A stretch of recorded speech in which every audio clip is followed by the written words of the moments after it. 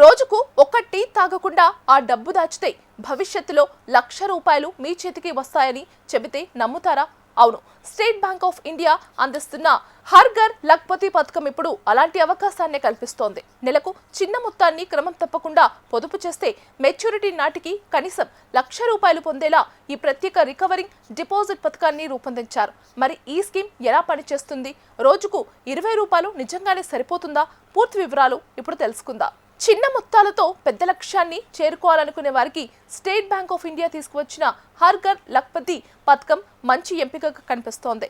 ప్రత్యేక recurring deposit scheme. ఇందులో ప్రతి నెల నిర్ణీత మొత్తాన్ని జమ చేస్తూ మెచ్యూరిటీ సమయానికి కనీసం 1 లక్ష లేదా అంతకంటే ఎక్కువ మొత్తాన్ని లక్ష్యంగా ఎంచుకోవచ్చు. 2 లక్షలు, 5 లక్షలు, 10 లక్షలు వంటి గుణించాల్లో కూడా టార్గెట్ను నిర్ణయించుకునే అవకాశం ఉంది. ఈ పథకంలో 3 సంవత్సరాల నుంచి 10 సంవత్సరాల వరకు కాల పరిమితిని ఎంచుకోవచ్చు.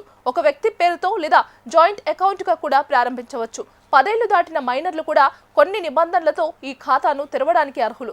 ఇప్పుడు అందరూ ఎక్కువగా అడుగుతున్న ప్రశ్న, రోజుకు ₹20 దాచితే నిజంగా ₹1,00,000 వస్తాయా? ఎస్బీఐ అధికారిక వివరాల ప్రకారం 10 సంవత్సరాల కాలానికి నెలకు 610 చెల్లిస్తే 1 లక్ష మెచ్యూరిటీ లక్ష్యాన్ని చేరుకోవచ్చు. అంటే రోజుకు సగటున దాదాపు ₹20 పొదుపు చేసినట్లే. అయితే ఇది రోజు బ్యాంకులో 20 జమ చేసే పథకం కాదు. నెలకు ఒకేసారి 610 ఆర్డీ వాయిదాగా చెల్లించాలి.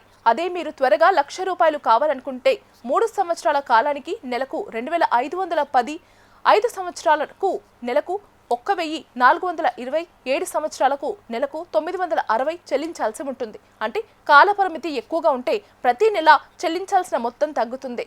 వడ్డీ విషయానికి వస్తే ఎస్బీఐ ప్రస్తుతం ప్రకటించిన పట్టిక ప్రకారం 3-4 సంవత్సరాల కాలానికి సాధారణ ఖాతాదారులకు 6.55%, 5 నుంచి 10 సంవత్సరాలకు 6.30% వడ్డీ అందిస్తోంది. సీనియర్ సిటిజన్లకు మాత్రం ఇంకా ఎక్కువ ప్రయోజనం ఉంది. వారికి వరుసగా 7.05%, 6.80% వడ్డీ లభిస్తోంది. అయితే ఆర్డీ వడ్డీ రేట్లు భవిష్యత్తులో మారితే నెలవారీ వాయిదా కూడా మారే అవకాశం ఉంటుందని ఎస్బీఐ స్పష్టం చేసింది. అందుకే ఖాతా తెరిచే ముందు తాజా వడ్డీ రేట్లను తప్పనిసరిగా తెలుసుకోవాలి. ఇక వాయిదాలు ఆలస్యమైతే ఏమవుతుంది? ప్రతి ఆర్డీలా ఈ పథకంలో కూడా ఆలస్యంగా చెల్లిస్తే పెనాల్టీ ఉంటుంది. 5 సంవత్సరాలు లేదా అంతకంటే తక్కువ కాలానికి ప్రతి ₹100కు పైగా నెలకు 1.50, 5 సంవత్సరాలు మించిన కాలానికి ప్రతి ₹100పై 2 చొప్పున ఆలస్య రుసుము వసూలు చేస్తారు. అంతేకాదు, వరుసగా 6 వాయిదాలు చెల్లించకపోతే ఖాతాను ముందుగానే మూసివేసే అవకాశం కూడా ఉంది. 3 లేదా అంతకంటే ఎక్కువ వాయిదాలు బకాయి ఉంటే మెచ్యూరిటీ తర్వాత అదనంగా సర్వీస్ ఛార్జీలు కూడా వర్తించవచ్చు.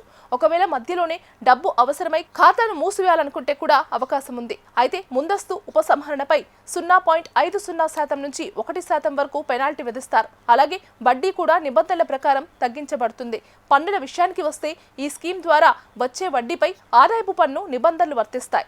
అయితే సీనియర్ సిటిజన్లకు సెక్షన్ 194A ప్రకారం నిర్దిష్ట పరిమితి వరకు టీడీఎస్ ఉండదు. అలాగే సెక్షన్ 80 టీటీబీ కింద బ్యాంక్ డిపాజిట్ వడ్డీపై గరిష్టంగా 50,000 వరకు పన్ను మినహాయింపు పొందే అవకాశం ఉంది.